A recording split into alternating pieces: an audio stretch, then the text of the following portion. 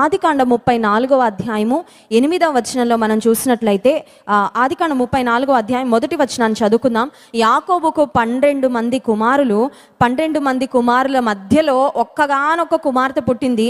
ఆ కుమార్తె పేరు డీనా ఆ అమ్మాయి.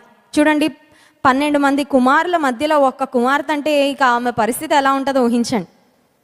12 మంది కూతుర్ల మధ్యలో ఒక్క కొడుకున్నాడు అనుకోండి, వాడి పరిస్థితి ఎలా ఉంటుంది? మహారాజు ఎలా ఉంటుంది కదా. కాలు కింద పెట్టనివ్వరు, ఒక్క మాట తిట్టనివ్వరు. వాడు ఎస్ అంటే ఎస్, నో అంటే నో, ఇక వాడికి ఎవ్వరు ఎదురు చెప్పరు. ఇప్పుడు ఈ దీనా పరిస్థితి ఎలా ఉందంటే మహారాణిలా ఉంది. కారణం ఏంటంటే 12 మంది అన్నదమ్ముల మధ్యలో ఒక్కతే కుమార్తె, ఒక మంచి కుటుంబానికి చెందిన అమ్మాయి, యాకోబు యొక్క కుమార్తె. అబ్రహాము, ఇస్సాకు, యాకోబులు అంటే ఆ వంశమే, ఆ ఫ్యామిలీయే ఒక బ్లెస్సెడ్ ఫ్యామిలీ, ఆశీర్వాదకరమైన కుటుంబంలో నుంచి వచ్చిన కుమార్తె. ఈ దీనాకు దేవుడు చాలా కృపిచ్చాడు.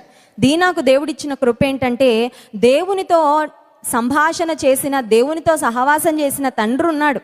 తన తాత ఇస్సాకు, తన grand father, great grand father అందరూ దేవునితో నడిచిన వాళ్ళే, దేవునితో మాట్లాడిన వాళ్ళే.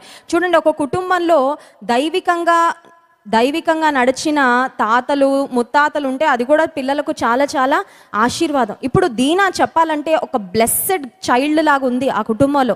ఎందుకంటే తన తండ్రి ప్రార్థనా పరుడు, తన తాత ప్రార్థనా పరుడు, ఆ తర్వాత గ్రేట్ గ్రాండ్ ఫాదర్ కూడా చాలా ప్రార్థనా పరులు. అంత మాత్రమే కాదు, వీరికి ఆస్తిపాస్తులకు ఏ విధమైన లోటు లేదు. సో స్పిరిచువల్గా బ్లెస్సడే, ఫిజికల్గా కూడా చాలా చాలా బ్లెస్సడే. కానీ దీనా జీవితంలో ఒక్క రాంగ్ స్టెప్ యవనస్త్రాలు వేసినట్లుగా చూస్తాం.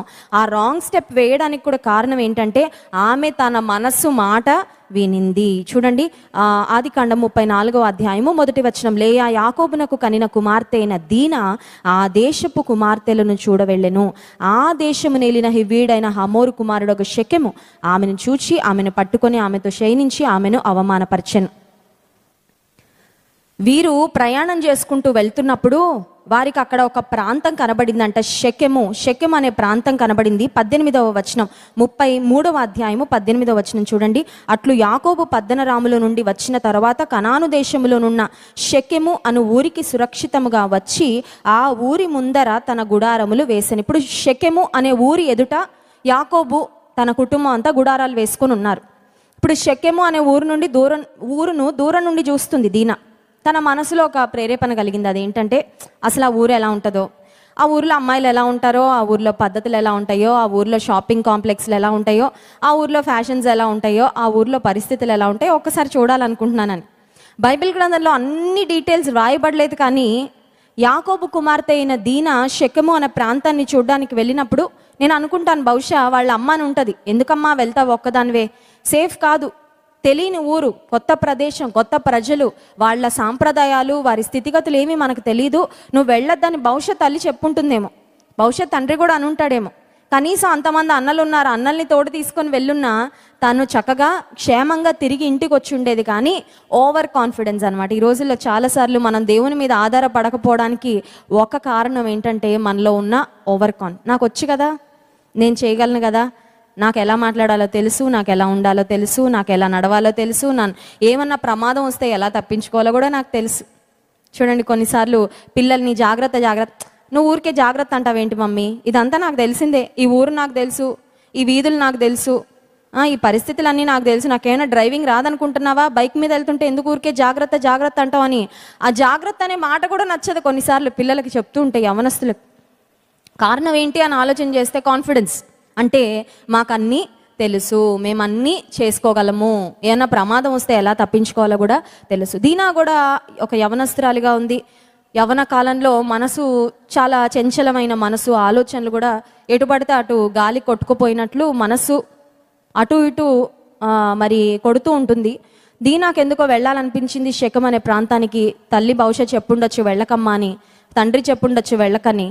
అన్నదమ్ములు వారిని ఎవరైనా తీసుకొని వెళ్ళినా బాగుండేది, నాకు ఎవరు అక్కర్లేదు, ఎవరి తోడక్కర్లేదు, నేను వెళ్తాను, ఒకసారి అలా చూసేసి వస్తాను అంతే, ఆ పట్టణాన్ని, ప్రజలను, పరిస్థితులను ఒక్కసారి చూసి వస్తాను అని వెళ్ళింది. ఈ అమ్మాయిని ఎవరు చూడకూడదో వారి కంట తాను పడింది. ఆ యవనస్తుని పేరు కూడా షెకెము అండి, హమోరు కుమారుడైన షెకెము ఈ అమ్మాయిని పాడు చేశాడు. ఈ అమ్మాయి యొక్క క్యారెక్టర్, ఈ అమ్మాయి యొక్క కన్యత్వాన్ని పోగొట్టుకుంది.